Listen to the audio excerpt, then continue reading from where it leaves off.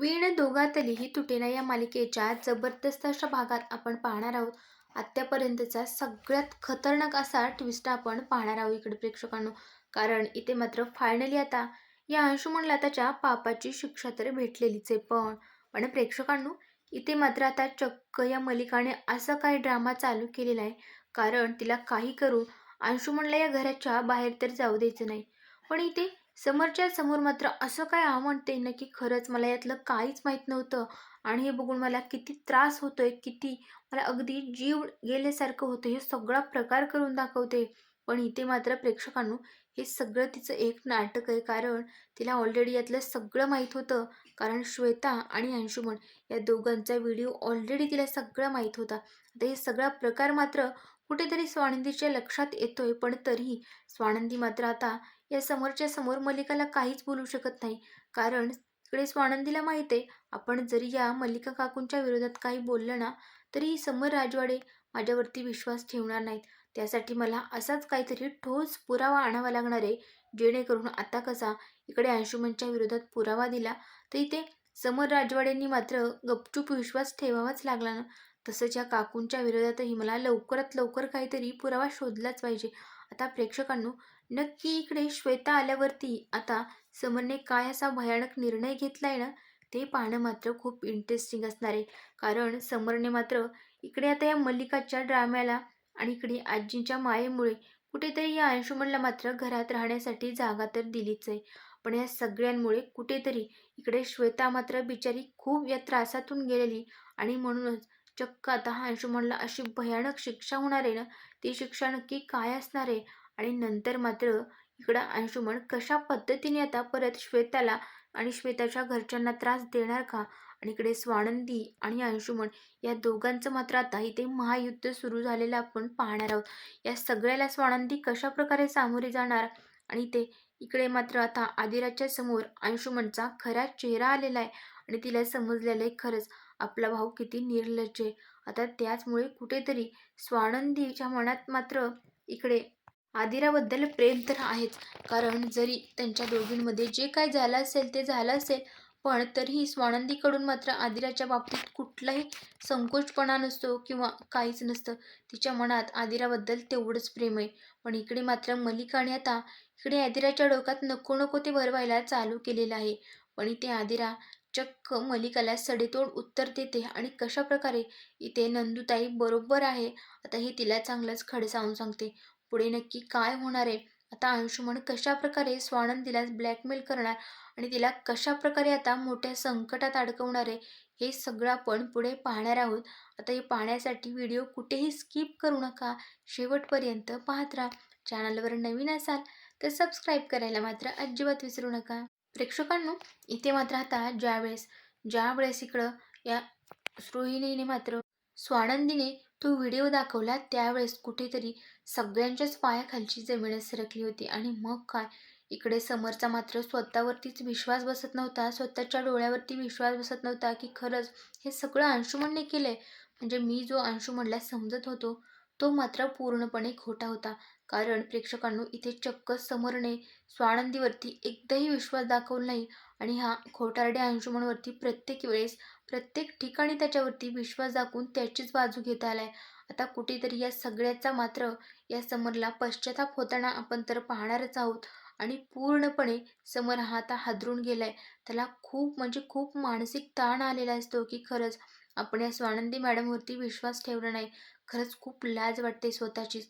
त्या एवढ्या ओरडून ओरडून सांगण्याचा प्रयत्न करत होत्या, पण आपण काय केलं, प्रत्येक वेळेस त्यांना खोटं पाडलं. पण काय करणार होतो त्यांच्या वागण्यात, त्यांच्या पहिले जे वागणं आहे त्यावरून मात्र त्यांच्यावरती विश्वास नाही ठेवावासा वाटला. आणि खरंच त्याच्याबद्दल मनात खूप मोठं गिल्ट वाटते. आता समर मात्र हा सगळ्या प्रकाराने खूप हादरून गेलाय. स्वानंदी मात्र त्याला समजावं लागते, म्हणत असते, राजवाडे म्हणजे मला माहीत आहे तुम्ही खूप दुखावले गेलात, पण काय करणार. म्हणजे मी तुम्हाला एकट्यात सांगण्याचा खूप प्रयत्न करत होते, पण तुम्ही तुम्ही मात्र ते माझं काही ऐकून घ्यायला तयारच नव्हतात आणि तुम्ही माझ्यावरती विश्वासही ठेवला नाही. म्हणून मला एवढा मोठा सगळा खटाटोप करावा लागला आणि तो पुरावा मला परत मिळवावा लागला. तुम्हाला समजतंय का? हे पुरावा मिळवण्यासाठी मी किती रिस्क घेतली आहे, तेही अंशुमनच्या केबिनमध्ये जाऊन. इकडे मात्र समर म्हणत असतो, खरंच खरंच स्वानंदी मॅडम, मला माफ करा. मी तुमच्यावरती विश्वास नाही ठेवला. माझी चूक झाली. खरंच मला माफ करा. मी कुठेतरी तुमच्यावरती विश्वास दाखवायला हवा होता, की नक्की तुमचं काय म्हणणं आहे ते ऐकून घ्यायला हवं होतं. आणि ते स्वानंदी मात्र समजावू लागते. म्हणायचे, "ठीक आहे, म्हणजे तुमची यात काही चूक नाही म्हणा." कारण अंशुमन मात्र तुमच्यासमोर वागतच होता तसा, की कोणी त्याच्यावरती अगदी सहज विश्वास ठेवेल ना. मग तुम्ही तर काय, शेवटी त्यांच्या भाऊ आहेत ना. आणि मग तुम्ही तर विश्वास ठेवणारच झाल्यात. इथे मात्र आता असं म्हणल्याच्या नंतर समोर म्हणत असतो, "ठीक आहे, खरंच म्हणजे जे झालंय ना, ते खूप वाईट झालंय. पण तुम्हाला जी हवी ना, ती तुम्ही अंशुमनला शिक्षा देऊ शकतात. मी तुम्हाला कधीही काही म्हणणार नाही किंवा कधीच अडवणार नाही." आता असं म्हणल्याच्या नंतर मात्र स्वानंदी म्हणत असते, "अंशुमन कितीही झालं तरी आपल्या घरातलाच एक सदस्य आहे. त्यामुळे मी त्याला त्रास होईल असं काही करणार नाही. पण त्याला त्याला मात्र त्याची शिक्षा तर व्हायलाच हवी.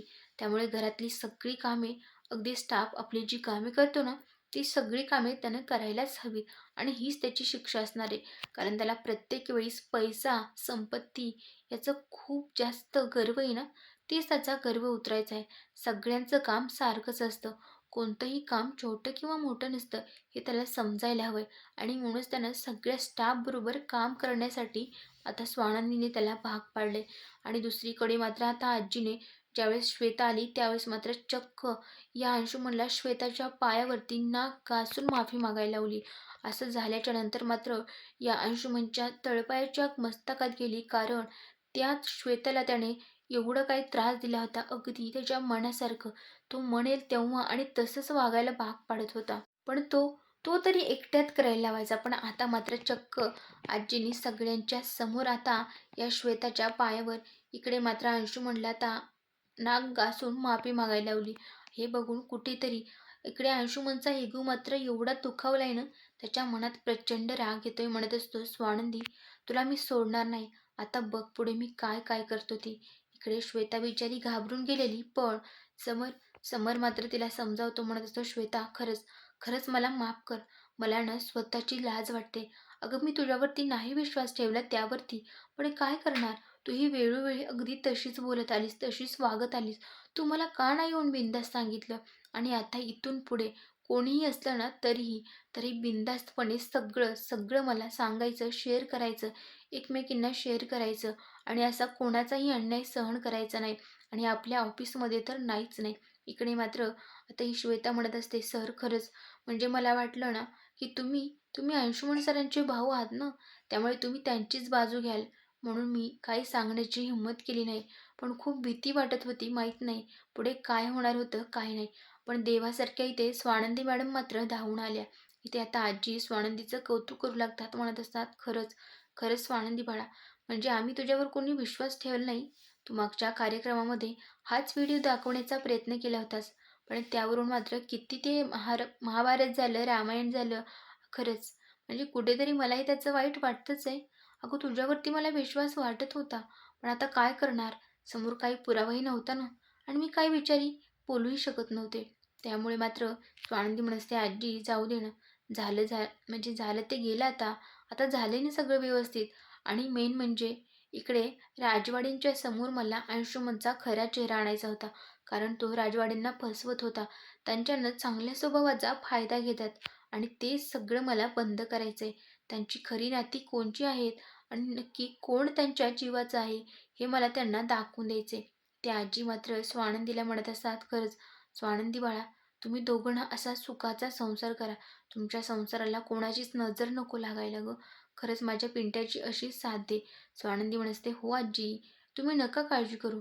तुमच्या नाताची ना मी अशीच साथ देणार आहे आणि बघा आमचा दोघांचा संसार सुखाचा आणि छानच होणार आहे." इकडे मात्र आता आदिराला तर खूप मोठा धक्का बसलेला असतो. नसते, "नंदूताई खरंच, खरंच मला माफ कर. मलाही कुठेतरी वाटलं होतं, की नक्की तू काय करतेस? पण जेव्हा हे सगळं बघितलं ना, त्यावेळेस मात्र माझ्याही पायाखालची जमीनच सरकली होती गं. माझा कुठेतरी तुझ्यावरती विश्वास होता, पण नक्की हे सगळं काय चाललंय ना, त्यामुळे मला कुठेतरी एक वेगळेपणा वाटत होतं, की नक्की तू असं अंशुमनसोबत का वागतेस? कारण मला अंशुमनचा स्वभाव माहीत होता, पण नक्की तो इतकं काय करू शकतो ना, यावरती माझा विश्वासच बसत नव्हता. पण ज्यावेळेस तू व्हिडिओ दाखवलास ना, खरंच, खरंच ना अक्षरशः लाज आणली त्याने आणि खरंच तुझी मी माफी मागते गं. तर म्हणजे आत्तापर्यंत जे झालंय सगळं आपल्या सगळ्यांच्याच जे नात्यामध्ये दुरावा निर्माण झाला आहे ना, ते पूर्णपणे आता सगळं मला मिटवायचं आहे. कुठेतरी आपली नाती, आपली माणसं हे सगळे जवळ असायला हवेत. आणि प्रेक्षकांनो, इथे मात्र चक्क आता स्वानंदी अंशुमनला भयानक शिक्षा दिली. दुसरीकडे मात्र ही मल्लिका आणि अर्पिता या दोघीजणी मात्र आता असा काही ड्रामा करत असतात ना, त्यांना काहीच माहीत नव्हतं. आणि दुसरीकडे दुसरीकडे मल्लिका आता अर्पिता दोघी तिथून निघून जातात. आणि मल्लिकाचा एवढा काही संताप होतोय म्हणत असतो, या अंशुमनने खरंच सगळी माती करून टाकली. आत्तापर्यंत मी सगळी सत्ता माझ्या हातात घेण्याचा प्रयत्न करत होते, पण याने काय केलं, याने एका क्षणात सगळं होत्याचं नव्हतं करून टाकलं. आणि ते सगळ्यांच्या समोर मल्लिकाने मात्र असं काही अंशुमनला चोप दिलाय ना, की खरंच खरंच तिला किती वाईट वाटलंय. सगळ्यांना समजायला हवं की नाही. आणि म्हणूनच तिने सगळं मुद्दाम समोरच्या समोर मात्र या अंशुमनला चांगलं चोपून काढलेले. आता इथं सगळं झाल्यावरती बिचाऱ्या अंशुमनने, बिचारा नाही तो, पण त्याने चांगलाच मार तर खाल्लेला आहे. पण त्यातली त्यात तरीही त्याला घरात ठेवून घेतले. आणि इथे मात्र ही मल्लिका तर अंशुमनला चांगलीच ओरडायला लागते, म्हणत असते, काय रे, तुला काय सांगितलं होतं? मला कुठेतरी ना डाऊट होताच. ही स्वानंदी ना रोजच्यापेक्षा काहीतरी वेगळं वागत होती, वेगळं बोलत होती. आणि तिच्यामध्ये जो कॉन्फिडन्स होता ना, ते खूप जास्त होता. अति कॉन्फिडन्स वाटत होता मला. आणि ते मात्र अर्पिता म्हणत असते, खरंच मॉम, म्हणजे तू म्हणाली होतीस, अगं पण मला वाटलं नव्हतं गं, ही तर खूपच चतुर निघाली ना. इकडे मात्र मल्लिका म्हणत असते, चतुर नाही, खूप शातीर डोक्याची. त्यामुळे तिच्या नादी लागताना ना जरा जपूनच. आता ही जे सगळं पुढे निस्तारून ठेवलंय ना, हे कसं सावरायचंय ना, याचा आधी विचार करा. आणि अंशुमन, तू परत परत ना ही अशी चूक केलीस ना, खरंच मी काय करेन ना मला नाही माहीत. आता पुढे तुझं काय होणार आहे, कसं होणार आहे, तुझं तू स्वतः निस्तरायचं. कारण मला तर चांगलं म्हणाला होतास रे वर तोंड करून, की असं काहीच होणार नाही. मी मात्र पुरावा सेफ ठेवलाय. त्या अंशुमन स्वतःचं बाजू मांडण्याचा प्रयत्न करतोय, पण मल्लिका त्याचं काहीच ऐकून घेत नाही. पण प्रेक्षकांनो, इथे मात्र अंशुमनने आता स्वानंदीवरती खूप राग धरलेला आहे. आणि त्याचमुळे मालिकेमध्ये आता काय भयानक वळण येणार आहे ना, हे पाहणंही तेवढंच इंटरेस्टिंग असणार आहे. दुसरीकडे मात्र आता ह्या अंशुमनमुळे समर मात्र प्रचंड खचून गेलेला आहे. प्रचंड रडत असतो, त्याला समजत नाही आपण कुठे कमी पडलो. त्यामुळे अंशुमन असा वागला. पण इथे मात्र प्रेक्षकांनो, स्वानंदी स्वानंदी आता इथे त्याची साथ देऊ लागते. म्हणत असते, राजवाडे, प्लीज तुम्ही स्वतःला त्रास करून घेऊ नका. आणि मला फक्त तुमच्यासमोर त्याचा खरा चेहरा आणायचा होता. कारण तुमच्यासमोर तो एक मास्क लावून फिरत होता आणि तोच त्याचा मास्क मला फाडायचा होता. असं म्हणल्याच्या नंतर समर मात्र इथे आता स्वानंदीच्या जवळ येतो आणि मांडीवरती डोकं ठेवून खूप रडायला लागतो. आता प्रेक्षकांनो, यामधूनच कुठेतरी या दोघांमध्ये जवळीक वाढत जाणार आहे. आणि दोघांमधला दुरावा कायमचा मिटून कुठेतरी यांच्या लव्ह स्टोरीला इथे सुरुवात होणार आहे. तर हे सगळं पाहणं तेवढंच इंटरेस्टिंग असणार आहे. पण तुम्हाला जर ही मालिका आवडत असेल आणि ते स्वानंदी आणि समर या दोघांची लव्ह स्टोरी पाहायला आवडत असेल ना, तर नक्कीच व्हिडिओला लाईक करून तुमचा रिस्पॉन्स कळवा. आणि असेच मालिकांचे नवनवीन अपडेट्स पाहण्यासाठी आपल्या चॅनलशी कनेक्ट राहा. आणि चॅनलवर नवीन असाल तर व्हिडिओला लाईक, शेअर आणि चॅनलला सबस्क्राईब करून बेल आयकॉनवरती क्लिक करा, जेणेकरून सगळ्यात अगोदर नोटिफिकेशन तुम्हाला येतील. आणि अशीच